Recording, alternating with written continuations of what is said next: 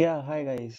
तो हम इस वीडियो में प्रीवियस ईयर का एक क्वेश्चन पेपर सॉल्व करेंगे। जेईटी 2020 का सॉल्व करेंगे। अ, अभी क्या है कि स्कीम ऑफ एग्जामिनेशन बदल गया है। जो 2021-22 में पेपर हुआ था, एक ही पेपर हुआ था 21-22 में। तो उस पेपर में स्कीम ऑफ एग्जामिनेशन बदल गया है। पहले ऐसा होता था कि 30 मार्क्स के एमसीक्यू आते थे और 70 मार्क्स का सब्जेक्टिव पार्ट रहता था। और 30 मार्क्स के एमसीक्यू में डिवीजन ऐसा होता था कि 15 मार्क्स आर्ट एंड कल्चर और 15 मार्क्स सिनेमा रिलेटेड। तो इस बार क्या कर दिया इन्होंने कि 20 मार्क्स का आर्ट एंड कल्चर एमसीक्यू कर दिया। और इस बार एक नया सेक्शन इंक्लूड कर दिया गया। 20 मार्क्स का तो एमसीक्यू हो गया आर्ट एंड कल्चर, और एक नया सेक्शन है मल्टीपल सेलेक्ट क्वेश्चंस 30 मार्क्स का। ये थोड़ा सा कंफ्यूजिंग हो सकता है। इसमें क्या है कि जो है आपको चार ऑप्शंस दिए जाएंगे लाइक एमसीक्यू, बट उसमें से एक से भी ज्यादा सही ऑप्शंस हो सकते हैं, है ना। जैसे मान लीजिए कि कोई सवाल पूछा गया है तो उसके शायद दो जवाब भी सही हो सकते हैं, तीन जवाब भी सही हो सकते हैं, चार भी हो सकते हैं और एक भी सही हो सकता है। तो वो थोड़ा सा दिमाग लगाने वाली बात है। उसमें आपको ध्यान क्या रखना है कि मार्किंग आपको सही जवाब के हिसाब से मिलेगी, पर शर्त यह है कि आपने सही जवाब भी मार्क किए। मतलब अगर आपने मान लीजिए एक क्वेश्चन है जिसका ए और बी पार्ट सही है, आपने मार्क कर दिया ए बी और सी, तो आपको कुछ नहीं मिलेगा, प्लस शायद 0.25 पार्शियल नेगेटिव भी चला जाएगा। तो वो चीज़ आपको ध्यान देनी पड़ेगी। तो आप उसका स्कीम ऑफ एग्जामिनेशन एफटीआई की वेबसाइट पे जाके पढ़िए।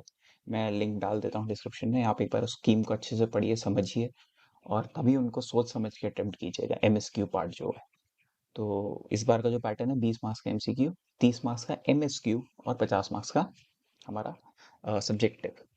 हम लोग ये पेपर इसलिए सॉल्व कर रहे हैं क्योंकि कई सारे क्वेश्चन रिपीट भी होते हैं, कई सारी इंफॉर्मेशन इन क्वेश्चन से मिल जाती है हमें।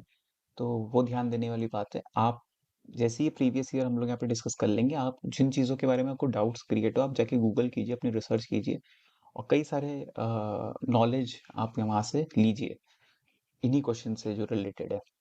तो उससे क्या होगा कि बहुत सारा रिलेटेड सवाल बहुत सारे आते हैं।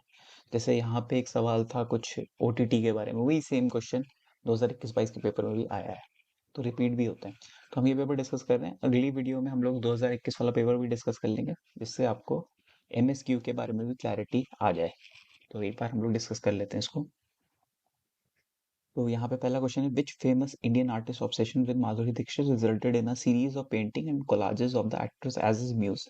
तो सही आंसर है एम एफ हुसैन साहब, है ना। जो भी जानते हैं, क्या कहते हैं, मतलब 2000-2005 के तो दरमियान ग्रू अप हुए हैं। उस समय बहुत न्यूज में आता था कि एम एफ हुसैन का ऑब्सेशन कितना है माधुरी दीक्षित से। उन्होंने एक फिल्म भी बनाई थी गजगामिनी करके, जिसमें माधुरी दीक्षित को लीड एक्ट्रेस लिया था और शाहरुख खान भी थे उसमें। काफी फ्लॉप फिल्म थी वो, बट उसमें उन्होंने, मतलब वो फिल्म मेकर भी रहे हैं अपने जमाने में, पेंटर तो थे ही, फिल्म मेकर भी रहे हैं, और माधुरी दीक्षित से बहुत ऑब्सेस्ड थे। गजगामिनी उनकी फिल्म थी।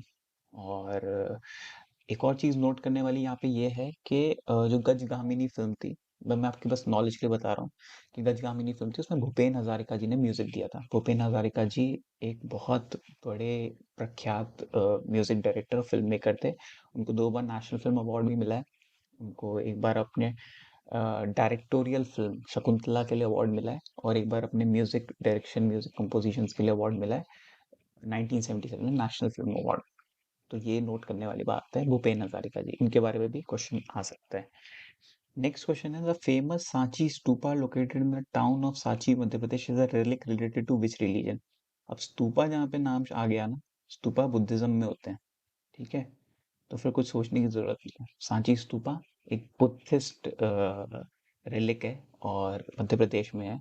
तो काफी आपने फोटो को देखा होगा, नहीं देखा तो आप गूगल करके फोटो एक बार देखिए, वो समझ आ जाएगा। बुद्धिज्म स्तूपा मतलब एक डोम शेप्ड होता है, और बुद्धिज्म में डोम शेप्ड का एक बहुत बड़ा रेलेवेंस है अपने आप। तो स्तूपा बुद्धिज्म, तो सांची स्तूपा बुद्धिज्म। नेक्स्ट है, in India crops that are sown in winter and harvested in spring are known as. तो इसका सही आंसर है राबी क्रॉप। ठीक है, आप पढ़ सकते हैं, राबी में मस्टर्ड होता है और पीज होते हैं, मटर मतलब। तो ये विंटर में सो किए जाते हैं और स्प्रिंग में हार्वेस्ट किए जाते हैं। अगर आपको देखा होगा कि आपने वो जो मच्छर नहीं आ जाते सरसों के, फरवरी के महीने में उड़ते रहते हैं, तो वो क्योंकि हम लोग स्प्रिंग में उसको वो करते हैं, हार्वेस्ट। तो rabi crop is the correct answer. इनके बारे में पढ़ लीजिएगा, खारिफ क्रॉप कब होता है, organic crop, green revolution crop, थोड़ा थोड़ा पढ़ लीजिएगा इनके बारे में। खारिफ क्रॉप के बारे में तो जरूर पढ़ लीजिएगा।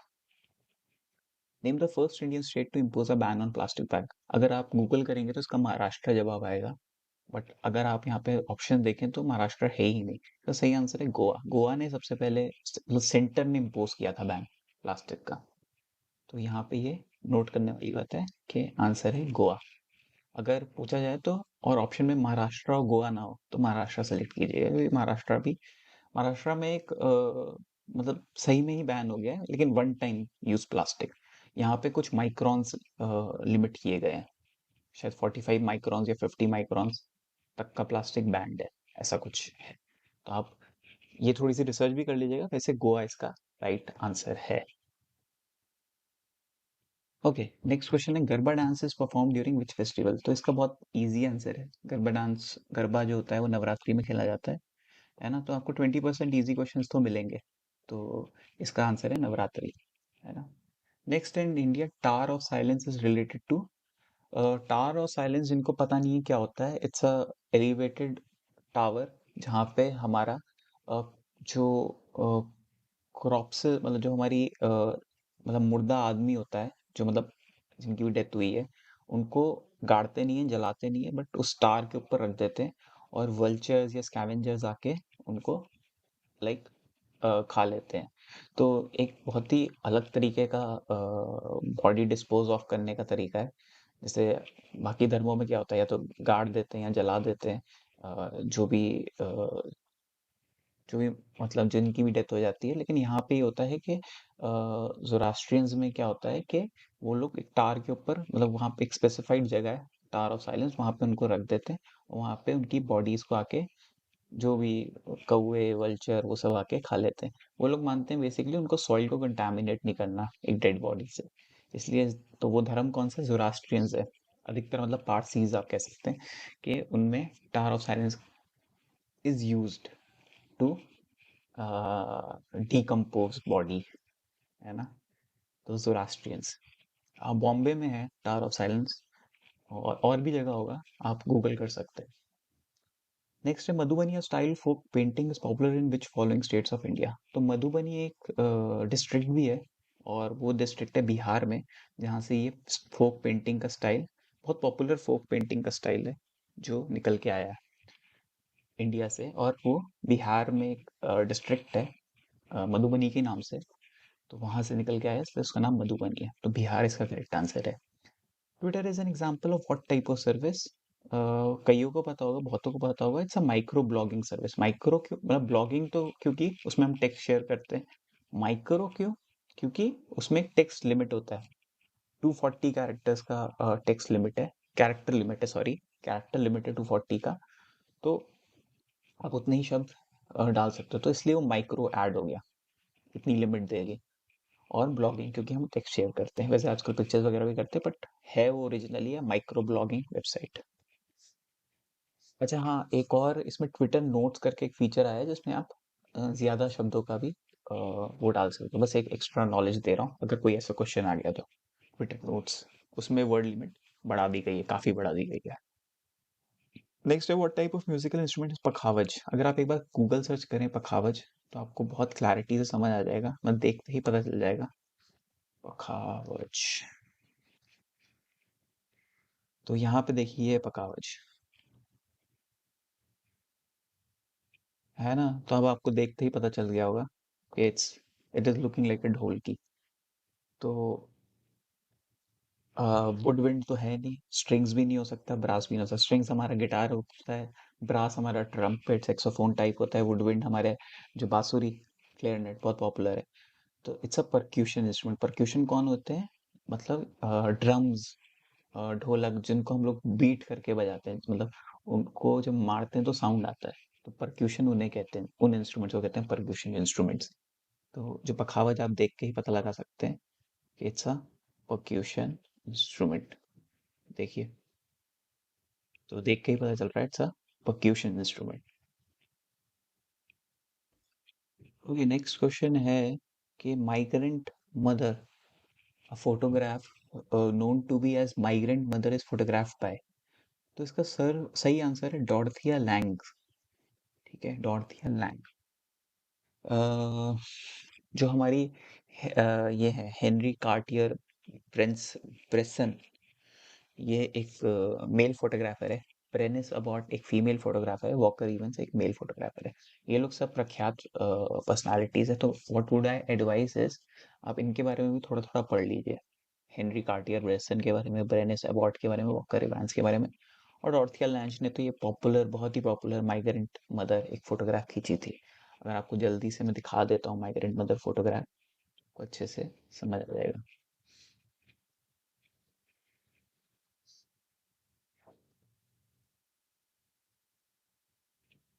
तो ये है माइग्रेंट मदर फोटोग्राफ। आपको समझ आ रहा है कि इसमें क्या चीज़ डिपिक्ट हो रही है, कि दे हैव टू माइग्रेट। और 1936 में निपोमा में ये खींची गई थी बाय डॉर्थिया लैंज, है ना। तो डॉर्थिया Lange is the correct answer. तो मैं जो एडवाइस करूंगा, बाकी जो यहाँ पे नाम दे रखे हैं, Henri Cartier Bresson, Berenice Abbott, Walker Evans, इनके बारे में भी जरूर पढ़िएगा। ओके, नेक्स्ट है हमारा the sculpture called the thinker, है ना। 1880s में आया था, वॉज क्रिएटेड बाय हुम? तो ये इसका करेक्ट आंसर है अगस्तो रॉडन। अगस्ते रॉडन। अच्छा, जिनको थिंकर अधिकतर ने देखा होगा आई गेस, मतलब बहुत ही पॉपुलर है। कम से कम मतलब आपको उसके रेप्लिकाज ही बहुत देख लिए होंगे। ये है ना, ऐसा दिखता है। तो this has been created by by Auguste Rodin. Sculpturist थे ये। पाब्लो पिकासो सबको पता है, एक पेंटर थे, है ना। तो वो तो नहीं हो सकते। हेनरी मूर, लोराडो टाफ्ट, इनके बारे में आप जरूर पढ़ लीजिएगा। पर जो थिंकर की बात हो रही है वो हमारे अगस्ते रोडन ने बनाया बनाया था। नेक्स्ट है the highest literary award conferred by the government of India is? साहित्य अकादमी अवार्ड, भाषा सम्मान, या ज्ञानपीठ अवार्ड, या साहित्य अकादमी फेलोशिप? तो यहाँ पे करेक्ट आंसर है ज्ञानपीठ अवार्ड। अच्छा, अब अगर आप इसको थोड़ा सा समझें तो साहित्य अकादमी अवार्ड और साहित्य अकादमी फेलोशिप ये एक ही जगह से आ रही है ना। बट वो सबसे हाईएस्ट नहीं है। वो लिटरेरी अवार्ड तो है, साहित्य अकादमी अवार्ड, लेकिन जो ज्ञानपीठ अवार्ड है वो सबसे हाईएस्ट लिटरेरी अवार्ड माना जाता है गवर्नमेंट ऑफ इंडिया की तरफ से। भाषा सम्मान का मेरे को इतना आइडिया नहीं है, लेकिन आप जरूर पढ़िएगा इसके बारे में। मैं भी पढ़ता हूँ, आप लोग भी पढ़िएगा। इसके बारे में मेरे को आइडिया नहीं, पर Jnanpith award highest literary award है, सबसे वेल रिप्यूटेड और हाईएस्ट। इनके विनर्स के बारे में पढ़िएगा, किसने जीता 2022 वाला लेटेस्ट, है ना, उसके बारे में जरूर पढ़िएगा। Which famous painter painted Mona Lisa? तो इसका ये तो आई गेस बहुत लोगों को पता है, लियोनार्डो डा विंची, है ना। लियोनार्डो डा विंची ने मोनालिसा पेंट किया है। एक फिल्म भी है द विंची कोड, एक नॉवल पे बेस्ड है डैन ब्राउन की, है ना। तो मतलब डैन, ये पूछा जा सकता है द विंची कोड नॉवल किसने लिखी है, तो डैन ब्राउन ने लिखी। और उसमें दो किताबें और लिखी उन्होंने उसी सीरीज में। एक थी एंजल्स एंड डीमंस, फिल्म भी बनी उस पे, और एक थी इन्फर्नो। तो लियोनार्डो डा विंची की पेंटिंग मोनालिसा है। और एक मिस्ट्री थ्रिलर मतलब फिल्म है दा विंची कोड, तो वो भी बहुत पॉपुलर है। नेक्स्ट है नाट्य शास्त्र वॉज रिटन बाय? नाट्य शास्त्र कालिदास ने भी लिखा, सारंगा देव ने भी लिखा, भाभूति ने भी नहीं लिखा। It has been written by Bharat Muni. तो ये नन ऑफ दीज है ना। तो कंफ्यूज मत होइएगा। नाट्य शास्त्र जो है वो भरत मुनि ने लिखा है, और नाट्य शास्त्र से ही हमें नवरस मिले, जो कहते हैं ना नवरस। तो नाट्य शास्त्र में डिफाइन किए गए हैं, श्रृंगार रस, हास्य रस, विभस, वो भी आपको पता होना चाहिए। तो नवरस के बारे में भी जरूर पढ़िएगा। ओके, नेक्स्ट है हमारे पास khamak is a folk musical instrument played in? आप एक बार खमक को सर्च भी कीजिएगा, खमक दिखता कैसा है तो समझ आ जाएगा।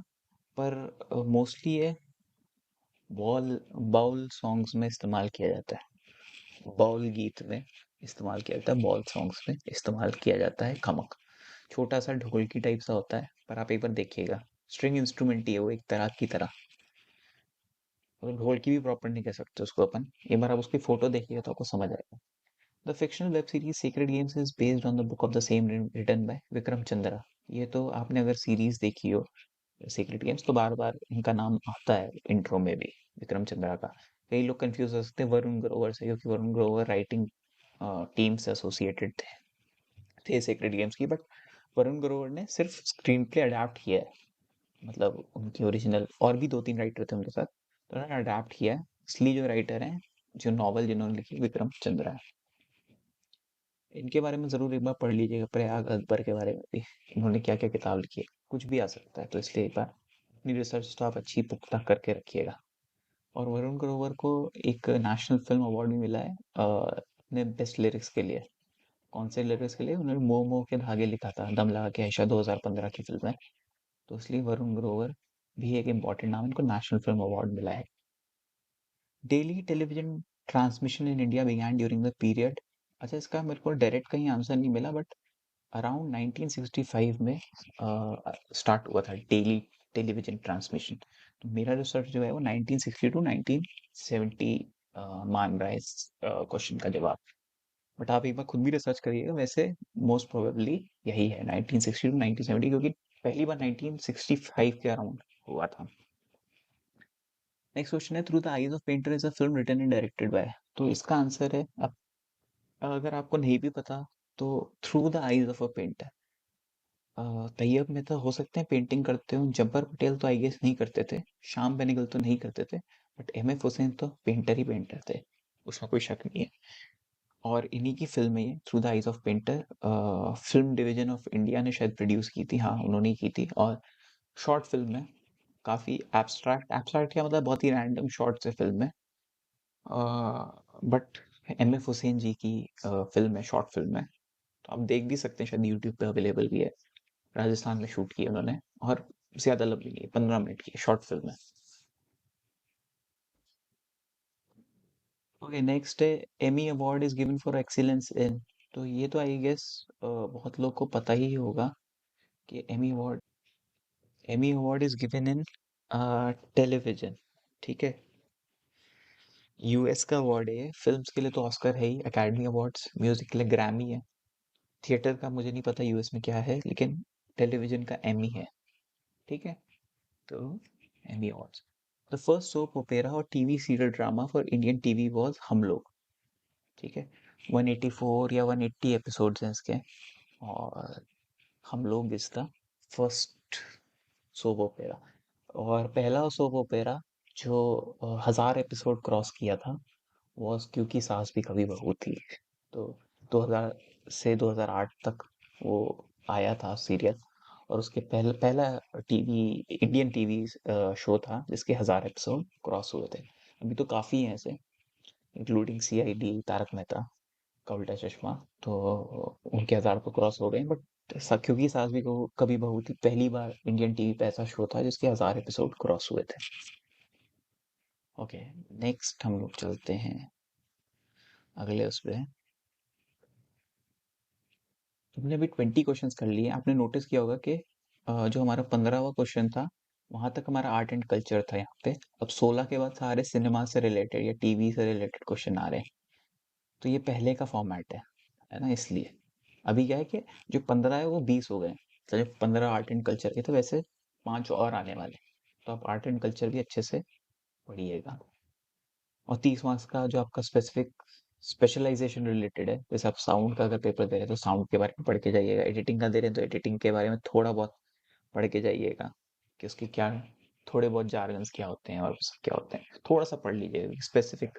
या उसमें उसके प्रोपोनेंट्स कौन है, उसकी चीफ पर्सनालिटीज कौन है उस स्ट्रीम की, तो आप पढ़ लीजिएगा उस बारे में। जैसे अगर आप साउंड का देने जा रहे हैं, तो पहली बार ऑस्कर किसको मिला था साउंड के लिए, साउंड मिक्सिंग के लिए, इंडिया के बंदे को, तो वो थे रसुल पटकुट्टी। तो ऐसे थोड़ा बहुत आप पढ़ लीजिएगा। ओके, नेक्स्ट है Geetanjali Iyer, Meenu Talwar, Neeti Ravindran, Salma Sultan. All of them are famous as. तो सलमा सुल्तान और मीनू तलवार का तो मुझे पता है, they are all news readers. Gitanjali Aiyar, Neeti Ravindran मेरे को एक बार देखना पड़ेगा, बट इनका तो मैं बहुत श्योर हूँ कि ये लोग न्यूज रीडर थे। मीनू तलवार जी दूरदर्शन के लिए न्यूज रीडर थी। News reader. Next, who was the director for the famous Indian TV show सत्यमेव जयते? तो सही आंसर है सत्यजीत भटकल। कई लोग कंफ्यूज हो सकते हैं आमिर खान से। नहीं, आमिर खान ने मतलब वो शो के प्रोड्यूसर थे और शो के होस्ट थे। जिन्होंने डेवलप किया था शो, जिन्होंने डायरेक्ट किया था, वो सत्यजीत भटकल थे। सत्यजीत भटकल आमिर खान के एक अच्छे दोस्त थे, उनके लीगल, आई गेस वो लॉ, मतलब लॉयर हैं शायद सत्यजीत भटकल जी। तो उन्होंने लगान में लाइक बहुत सपोर्ट किया था, मतलब असिस्ट भी किया है उन्होंने शायद लगान में। और एक फिल्म, फिर लगान के बनने के बाद एक डॉक्यूमेंट्री बनाई थी ऑन द मेकिंग ऑफ लगान, नोन एज चले चलो। तो अगर आप फिल्म स्टूडेंट हैं तो आप चले चलो ज़रूर देखिएगा, बहुत ही अच्छी डॉक्यूमेंट्री है। कैसे उन्होंने फिल्म लगान खड़ी की थी, वो भी उस टाइम जब ऐसी फिल्में बनती नहीं थी। तो सत्यजीत भटकल जी ने सत्यमेव जयते किया था स्टार्ट, मतलब डायरेक्ट। अच्छा, इसमें सिद्धार्थ बासु का भी नाम आ रहा है। सिद्धार्थ बासु केबीसी से रिलेटेड है, आई गेस आप अपनी रिसर्च भी कीजिएगा। और शौनक घोष, इन्होंने शायद बिग बॉस के 3-4 एपिसोड डायरेक्ट किए हैं। तो मतलब ये लोग भी रियलिटी टीवी से थोड़े बहुत रिलेटेड हैं। आमिर खान ने एक फिल्म डायरेक्ट की है, तारे जमीन पर, जिसमें मतलब अमोल गुप्ते जी ने उनको, काफी क्रिएटिव डायरेक्टर अमोल गुप्ते थे, और आमिर खान क्रेडिटेड है as a director of the film. Next, in the year 1930 AIR was known as, All India Radio was known as। तो आकाशवाणी नहीं है, उसको कहा जा, वो प्राइवेट फर्म था। 1927 में स्टार्ट हुआ था, इंडियन ब्रॉडकास्टिंग कंपनी। बाद में 1930 में गवर्नमेंट ने टेक ओवर कर लिया था, इंडियन गवर्नमेंट। तो Indian broadcasting company. What is the full form of TV channel HBO? अब जिसने HBO देखा है वो बार बार आता था एक इंट्रो सा उनका, होम बॉक्स ऑफिस। तो आई गेस समझ आ गया है। तो home box office is the correct answer. Okay, next हमारे पास है विच, एक मिनट, हाँ, which TV system, which system of TV broadcasting is followed in India?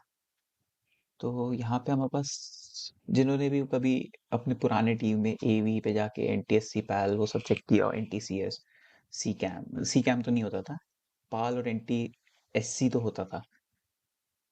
तो उन्होंने चेक किया तो हमेशा पाल को सिलेक्ट करना पड़ता था कई कई जगहों पे। तो PAL is the correct answer. Phase amplitude lines, या फेज ऑल्टरनेट लाइंस, एक मिनट में चेक कर लेता हूँ, मैं भी कंफ्यूज हो रहा हूँ। फेज ऑल्टरनेट लाइंस है या, हाँ, फेज ऑल्टरनेट लाइंस है ना। तो पाल का फुल फॉर्म है फेज ऑल्टरनेट लाइंस। NTSC का है national television standards committee, national television standards committee. NTCS का national television committee of systems, national television committee of systems. और सी कैम का है, सी कैम का कुछ कलर और M से कुछ है कि पाकिस्तान वगैरह में सी कैम यूज होता है। सिक्वेंशियल कलर एंड मेमोरी, है ना, पाकिस्तान, फ्रांस, यहाँ पे जो टीवी का जो फॉर्मेट है, वीडियो फॉर्मेट है, वो सी कैम यूज होता है, सिक्वेंशियल कलर एंड मेमोरी। हमारे यहाँ पाल होता है, फेज ऑल्टरनेट लाइंस। ठीक है, इसमें 25 फ्रेम पर सेकंड के लिए इमेज आती है, और 625, आई गेस, हाँ, 625 इंटरलेस लाइंस आती है, सी कैम में भी और पाल में भी। Like PAL, SECAM is also made up of 625 interlaced lines. 25 frame per second का फ्रेम रेट आता है। DAVP stands for Directorate of Advertising and Vocal Publicity, Division of Audio Visual Publicity, Department of Audio Visual Publicity। तो सही answer है directorate of advertising and visual. Vocal नहीं है, visual है। ठीक है, तो आप ध्यान रखिएगा इसको, directorate of advertising and visual publicity. अब देखिए यहाँ पे कई बार आप थोड़ा सा एग्जामिनर एग्जामिनर को भी जज कर सकते हैं जो आपका एग्जाम ले रहा है। यहाँ देखिए उसने विजुअल 2 बार दिया है, वोकल एक बार दिया है, 3 बार विजुअल आ रहा है, तो विजुअल कहीं ना कहीं शायद सही है, इसलिए इतनी बार रिपीट कर रहा है वो। और एडवर्टाइजिंग तो है ही, तो ठीक है। हाँ, OTT is an acronym for, ये रिपीट हुआ है, ये 2019 वाले पेपर में भी आया था शायद, 2000 21-22 में तो आया है ये। तो over the top content, OTT content कहते हैं ना, ओवर द टॉप कंटेंट, तो याद रखिएगा। National optical fibre network will be providing broadcast connectivity to which of the followings. तो इसका करेक्ट आंसर है पंचायत समितिस, है ना। ये तो मैंने गूगल ही किया था, मुझे नहीं पता था इसके बारे में। तो नेशनल ऑप्टिकल फाइबर जो है network will be providing broadcast connectivity to panchayat samitis. तो हम गवर्नमेंट की भी पॉलिसीज या उनके बारे में पढ़ सकते हैं, क्योंकि वो भी पूछा जा सकता है, मतलब फिल्म रिलेटेड जो नई कुछ पॉलिसीज आई हैं या नया कुछ हुआ है उसमें, तो आप पढ़ सकते हैं। नेक्स्ट हमारे लास्ट 2 क्वेश्चन है ना। तो लास्ट 2 क्वेश्चन में हमारे पास है कि which director of Indian origin director the film Mississippi masala. Correct answer है मीरा नायर। अच्छा, मैं थोड़ा सा एडवाइस यहाँ पे दूंगा कि आप गुरिंदर चड्ढा, मीरा नायर, दीपा मेहता, इनकी फिल्मोग्राफी, इनके बारे में थोड़ा थोड़ा पढ़ के जाइएगा। मीरा नायर ने जैसे एक फिल्म बनाई थी सलाम बॉम्बे, वो ऑस्कर के लिए इंडियन वो थी, मतलब इंडिया को रिप्रेजेंट किया था ऑस्कर में उसने, सलाम बॉम्बे ने। और दीपा मेहता ने कई अच्छी अच्छी फिल्में बनाई है, वाटर आई गेस, वाटर बनाई है, और भी उन्होंने एक तो बनाई है। गुरिंदर चड्ढा की जो सबसे पॉपुलर है वो, उन्होंने जेन ऑस्टन की नॉवल को वो किया था, एक तो बेंडेड लाइक बेकहम है ना। और एक दो और फिल्म है गुरिंदर चड्ढा की भी, जरूर पढ़ के जाइएगा। तो मिसिसिपी मसाला तो मीरा नायर ने बनाई थी, और इसमें डेंजल वॉशिंगटन थे, जो बहुत बड़े हॉलीवुड के एक्टर हैं, बहुत एक्टिंग का उन्हें बहुत माना जाता है, तो मिसिसिपी मसाला में थे। Name the Hollywood thriller series in which events occur in real time, it was remade in Hindi with the same title. Answer is 24। Like उसमें ऐसा दिखाते थे हर मिनट का क्या कहते हैं, ब्यौरा होता था कि क्या हो रहा है हर एक मिनट में, तो उस सीरीज में। लाइक वो पूरे 24 घंटे में ही 24 एक दिन की पूरी कहानी है, और हर एक घंटा एक एपिसोड होता है उसमें। तो अनिल कपूर ने 2013 में उसको रीमेक, मतलब स्टार थे वो उसमें, और कलर्स पे आया था वो शो, तो 24 के नाम से ही आया था, तो उन्होंने रीमेक किया था उस जमाने में, 2013 की बता रहा हूँ। तो 24, उसका सीजन 2 भी आया है गेस, तो ये इसका नाम है 24। बाकी मिस्टर रोबोट, रैमी मलिक है उसमें, होमलैंड और डेज ऑफ आवर लाइव्स के बारे में थोड़ा थोड़ा पढ़ सकते हैं। बाकी इस सवाल, name the Hollywood thriller series in which events occur in real time, it was remade in Hindi with the same title, 24 is the correct answer. तो आई गेस पेपर इतना मुश्किल तो नहीं था ये वाला, और काफ़ी चीज़ें इसमें क्लियर भी हो गई। तो जो भी मैंने आपको कहा कि आप थोड़ा बहुत इनके बारे में पढ़िए और रिसर्च कीजिए, वो आप ज़रूर कीजिएगा। बाकी इ- अभी जो है वो, जैसा मैंने बताया, एक बार स्कीम ऑफ एग्जामिनेशन भी पढ़िएगा अच्छे से, क्योंकि वहाँ पे जो MSQ पार्ट है ना, वो काफ़ी थोड़ा सा ट्रिकी मेरे को दिख रहा है, बट हम लोग एक बार वो भी डिस्कस करेंगे, क्या कहते हैं, 2021-22 वाला पेपर, तो उसमें MSQ पार्ट है, तो उससे काफ़ी क्लैरिटी आ जाएगी। तो I guess that's all for today's video. मैं यूजुअली ये वाले वीडियोस नहीं बनाता, बट अगर if this have helped you, then you can help me by subscribing my channel to help my channel grow. So thank you so much. All the best. Bye.